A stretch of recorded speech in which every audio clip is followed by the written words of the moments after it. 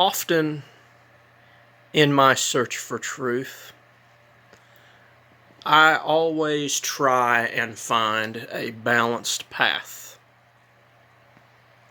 I don't like to go too far into extremes.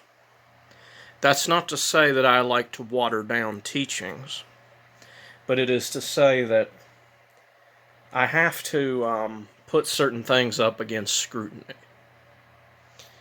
And one thing that does tend to sort of rub me in the wrong way is certain concepts in Ayurveda. Now, I am not necessarily saying that Ayurveda has no truth, because that would be an extreme. But I don't believe it's necessarily the only answer. And I do believe that through fasting and cleaning the body and making the body more efficient at certain things, one can possibly change their nature to be more balanced and harmonious with, what we're designed to essentially be like. Because a lot of people might be energetic, but they might have certain things inside the body that make them like that. Or, they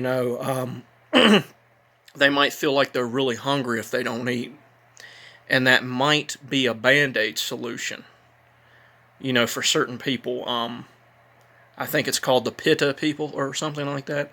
It might be a nice band-aid solution to make sure they always have food to balance their mood out. But I do think that Lauren Lockman actually has a point here. When you fast, you can go through many emotions and things, but you can essentially change that about yourself, and you can gradually be able to go longer without food, or maybe not as long without food, if you're too addicted to fasting.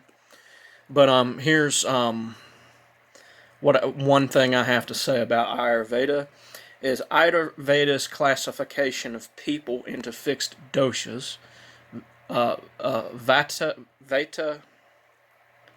I think it's Vata, Vata, Pitta, and Kapha, suggests an unchanging core nature. Which, if we're talking about our absolute nature, then yes, but that's God and that's unchanging. So that's not really what we're talking about. We're talking about a ratio, a manifest nature. Where it talks about, the Vata, Vata, Pitta, Kapha suggests an unchanging core nature. But human physiology and psychology and even spiritual development are essentially dynamic. Growth, healing, and adaptation are fundamental to life. So the idea that one's constitution is entirely rigid does seem like a limited belief, does it not? While Ayurveda recognizes imbalances and can be corrected through lifestyle changes, diet, and herbal treatments, it often assumes a person's fundamental nature remains the same throughout life. But, as I've observed, people evolve physically, emotionally, and even in their biochemical responses to food and environment. It makes sense to approach wellness with flexibility rather than rigid classification. Perhaps Ayurveda's value lies in its fundamental principles rather than its strict categorization. If understood as a fluid guide rather than an absolute truth, because only a Sith deals in absolutes, it might serve more as a starting point rather than a definitive framework.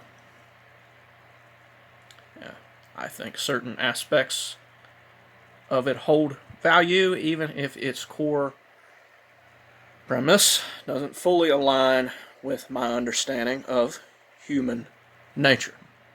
Because what we know in science, and this is, in my mind, this is metaphysics in a sense. When we see evolution, these evolution charts, where you got the monkey, and you get the, and he sort of evolves into somewhere in between, and then he evolves into a man. I'm not making a dogmatic statement here. I don't necessarily think that man's evolution is 100% the way we've been taught. But I think that is the nature of man, essentially, is this idea of changing over time. And I think that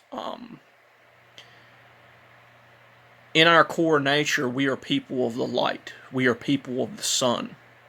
And the sun is a radiant nuclear reactor that vibrates in all wavelengths of the electromagnetic spectrum. It has red energy, it has green energy, and it has blue energy. And when we see it, our eyes perceive this energy almost equally, and it creates a white light. And that white light is like a balance of the gunas. It's a balance of our nature. So, really, everyone's a trinity.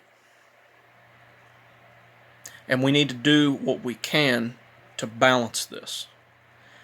Notice I used to be a little more fiery in my speeches, and I still am a little bit. But my understanding of human nature is that human nature is change. You should listen to that song called "Still" by what's his name? Ben Folds. It's a beautiful song. It's a song about change. And how we don't always know the answers. But as time goes by, we learn them.